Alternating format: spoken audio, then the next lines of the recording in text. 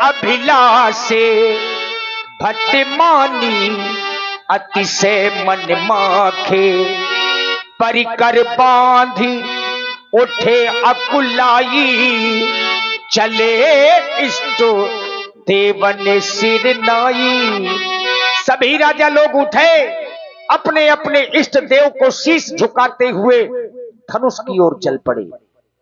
तमकता कितकी शिव धनु धरही, उठही न कोटि भांति बल करही। धनुष पर बल लगाने का प्रयास करने लगे, परंतु धनुष है क्या गई न शंभु सरासन कैसे, कामी बचनों सती मन जैसे। जिस प्रकार से कामी पुरुषों के वचनों से सती का मन नहीं डिगा करता, आज वही स्थिति राजाओं और धनुष के बीच में हो गई। और यहां एक दो राजा नहीं, भूप सहस दस एक ही बारा, लगे उठावन तरही लटारा।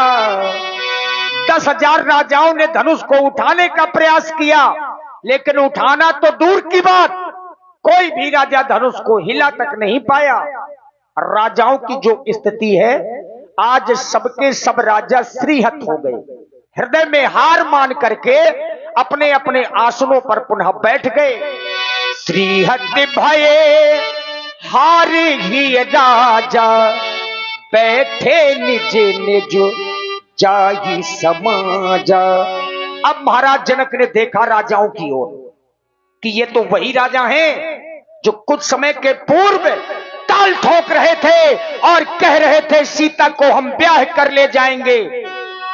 पर वाहिरे दुर्भाग्य, अब वही राजा लोग गर्दनें झुका करके बैठ गए।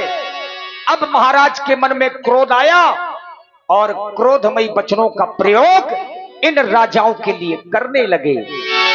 नृपन बिलो की जनक अकुलाने, बोले बचनों रोष जन साने। और मित्रों, जब भी जनक नाम आता है, हमारे अपने बुंदेलखंड के गौरव हुआ करते थे, पुराने लोग उन्हें जानते होंगे, स्वर्गीय माता दीनजी त्रिपाठी, ग्राम पिपरोंदा।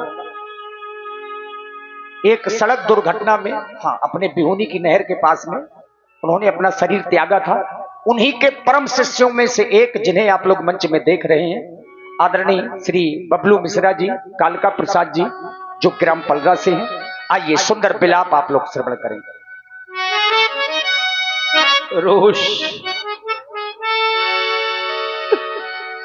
रोष जन साने,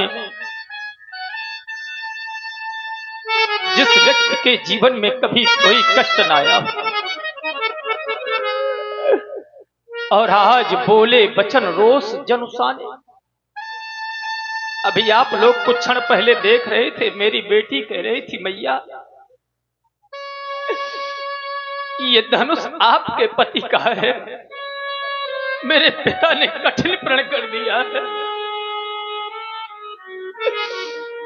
इसकी गर्दा को हर्ता में परिवर्तित कर देना मां, अन्यथा मेरी मांग सूरी रह जाए। संसार की ऐसी कौन सी बेटी होगी जिसको स्वयं अपनी मांग की चिंता हो। अरे उसके मांग की चिंता तो उसके माँ और पिता को होती है, लेकिन आज अपने मांग की चिंता मेरे बेटी को है, मेरे मित्र। संसार का अगर सबसे बड़ा अभागा पिता कोई होगा तो केवल जनक है वर्तमान। आने वाले समय पर भी यदि नाम लिखा जाएगा कि अभागे पिताओं में प्रथम पिता कौन रहा, तो जनक का नाम लिखा जाएगा।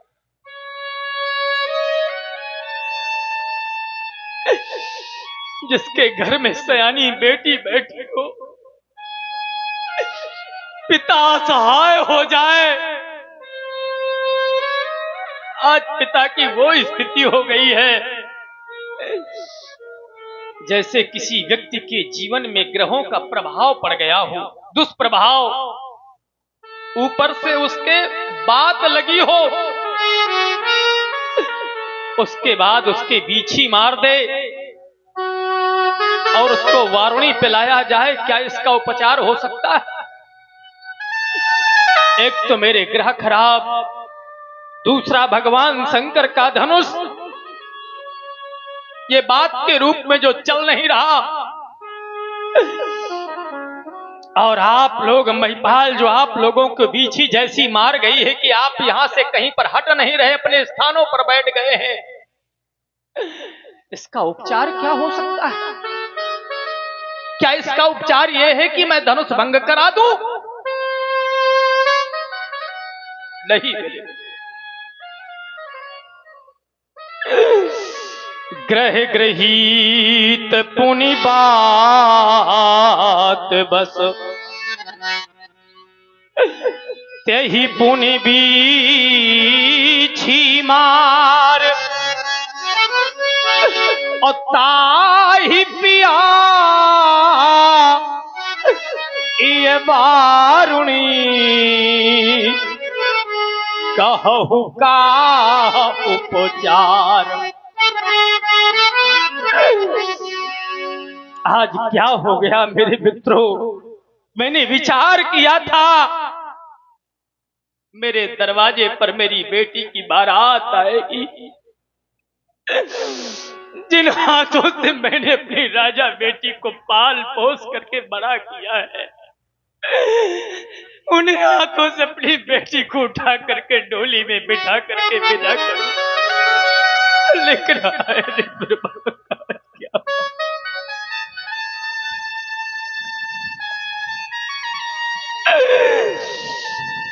बेटी, तुम कह रही थी कि मैया इस धनुष की गर्भता को हर्ता में परिवर्तित कर देना, कि तुम्हारा एक एक वाक्य मेरे हृदय को बाणों के समान विदीर्ण कर रहा था। बेटी, तुमसे निवेदन है, जब तक तुम्हारा पिता जीवित है ऐसे शब्दों का प्रयोग न करना मेरी लाडली।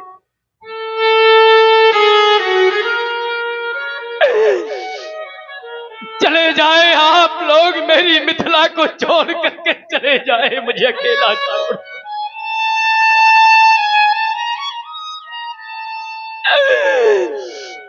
अन्यथा ये जनक कहने के लिए विवश हो रहा है और कहना चाहता है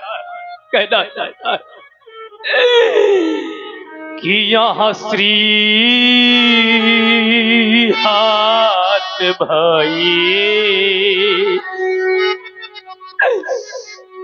हमने कह दिया कि श्रीयत भय, आप लोगों ने कोई साधारण हार नहीं मानी है, तो वो हो हार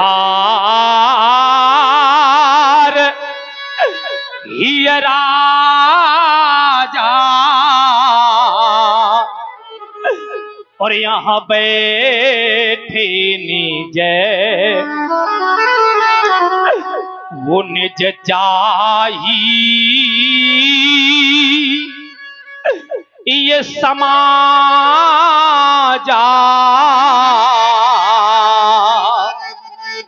और कब बैठे?